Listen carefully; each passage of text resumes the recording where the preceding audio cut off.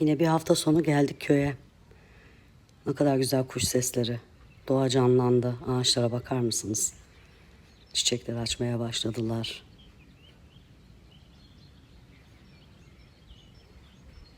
Fındık dalları yeşillenmeye başladı.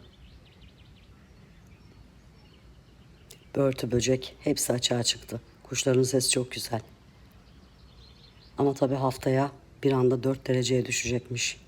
İnşallah bu meyve ağaçları don olmaz. Yoksa yine meyve alamayacağız. Kaç senedir aynı şekilde. Hava 28 derece mis gibi.